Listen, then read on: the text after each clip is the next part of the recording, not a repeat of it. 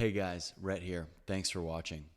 Wanted to talk to everybody quick about something that is extremely important when it comes to being a real estate investor that such a small percentage of investors actually know how to do, or if they think they know how to do it well. And this is something that comes with knowledge, it comes with experience, it comes with doing dozens and dozens and dozens and hundreds of properties. And this happened for me years and years ago. And now it's ingrained in me, the ability to do this as a real estate investor. And with my coaching clients, we do this. This is what we do. But I don't think that I do a good enough job of conveying it to my clients, because it's so second nature to me now that sometimes I don't think I do a very good job of explaining it. So I want to just discuss what that is, how to do it, and the understanding behind it. So guys, as real estate investors, we need to understand everything about our business. We need to understand that, and this is what people don't understand. Trust me. This business is not black and white. It's not solely about numbers. That is not what this is. And I know on the channel I talk to everybody about treating people as humans, treating people with dignity, treating people with respect, and while doing that, making a guaranteed return, creating guaranteed passive income to get us that much closer to financial freedom. And that is extremely important. But being good at that, being good at treating people with respect, being good at making money in doing this, you have to understand the science behind real estate investing from a buy and hold standpoint, okay? We're not talking about a fix and flip here right now. We're talking about buy and holds.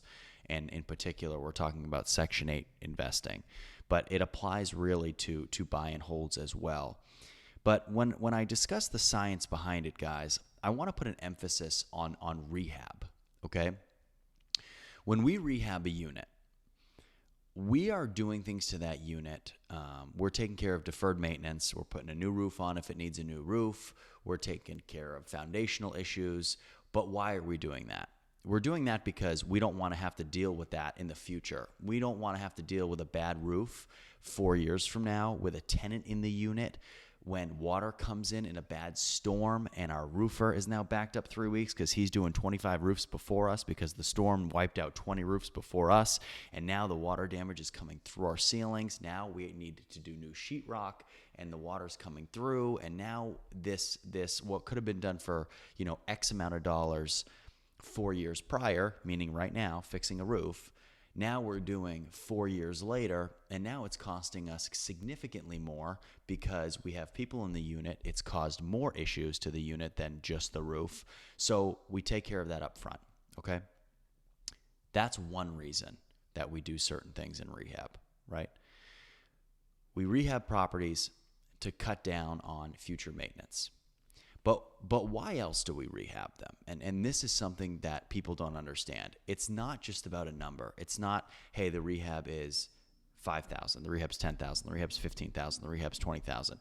The rehab is whatever that number needs to be to take care of deferred maintenance. That's number one.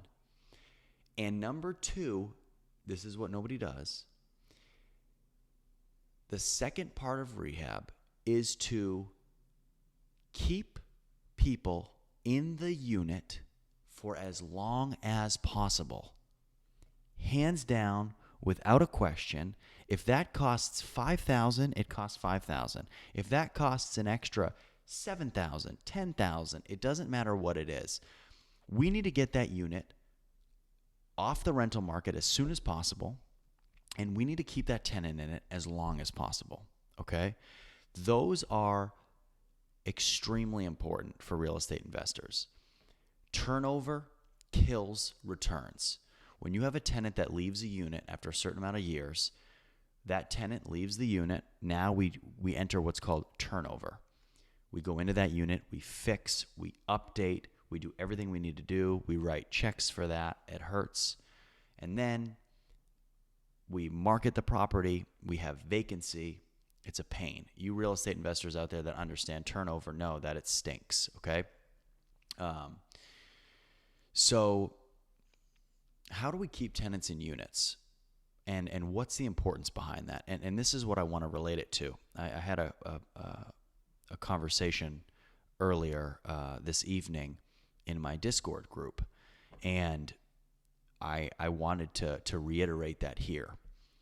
I go to Las Vegas often, okay? I love going to Vegas.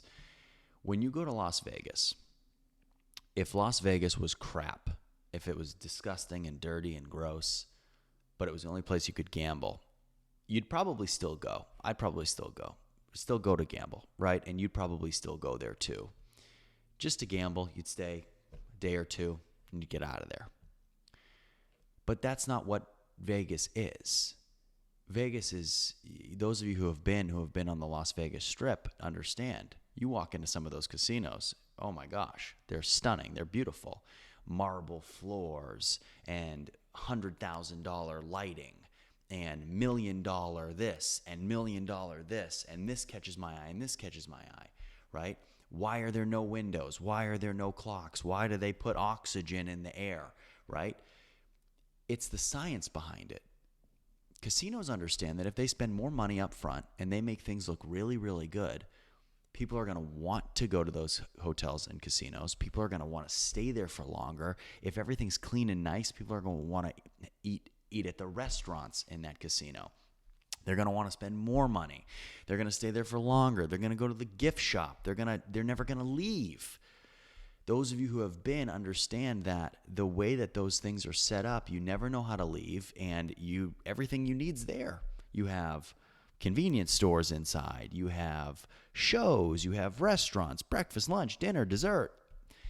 But my point is, and I'm not saying we need to go put marble in all these units, but my point is there's a science behind keeping people at your hotel. There's a science behind getting people to your hotel. There's a science behind wanting them to stay as long as possible.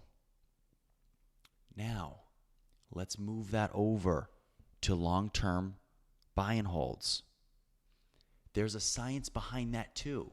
Instead of spending $500 million extra to keep people there, we spend an extra $5,000. The money, guys, that rehab number, you have to take into consideration the little things that we're doing, the little tiny things that seem minute that maybe you don't understand, but will get that unit off the market so much faster. Will keep tenants in units for an extra 5, 10, 15 years. You're saying that's crazy, 5, 10, 15 years. Guys, the Section 8 units that I do, that my clients do, average 10 to 13 years per tenant. Come on. If any of you know what the numbers look like on cash tenants, that's 4 or 5 times the length of duration of your average cash tenant. How do we do it? We do the small things. We do things that we know work, that we have tried, that we have played around with, trial and error, to see what works and what doesn't work. The smallest things, guys, the smallest things that you might think are silly, they work. There is a science behind what we do. Stop getting caught up in the rehab number. Oh, that's too expensive. Well, let's not do this. Okay, well, that's too expensive. We won't do this. We won't do this. Let me tell you something. I'm gonna put this into like a real life situation. So $5,000. Okay? $5,000. It's a lot of money. I'm going to put it to you this way. You buy a house, you rehab it. You cut $5,000 from the rehab. Okay? Because you cut $5,000 on the rehab, now your unit's going to sit for an extra 2 months. Okay? Your unit sits for an extra 2 months. You're renting your unit for $1,000 a month. Okay? So that's $2,000 of gross profit you're losing in those 2 months that it's just sitting vacant. Now, that tenant stays in that unit for 5 years. They leave. They leave on the first of the month. We go in there to do turnover. It takes us 3 weeks to do the turnover work. We just lost another month. Again, we put it back on the market. It's okay. It's an okay unit. It takes another 2 months, right?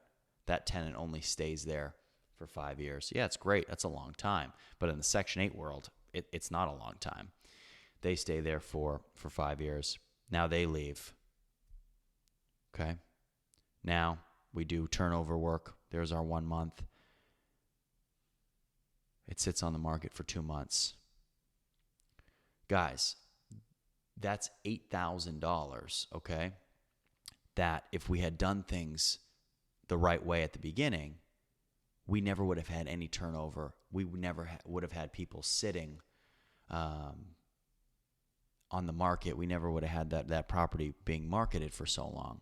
So my point is, understand the science behind what we're doing. Understand that it's not always about the bottom line, the dollar. You have to understand that we are running a business that is sophisticated, that there is a business and a science behind the business, okay?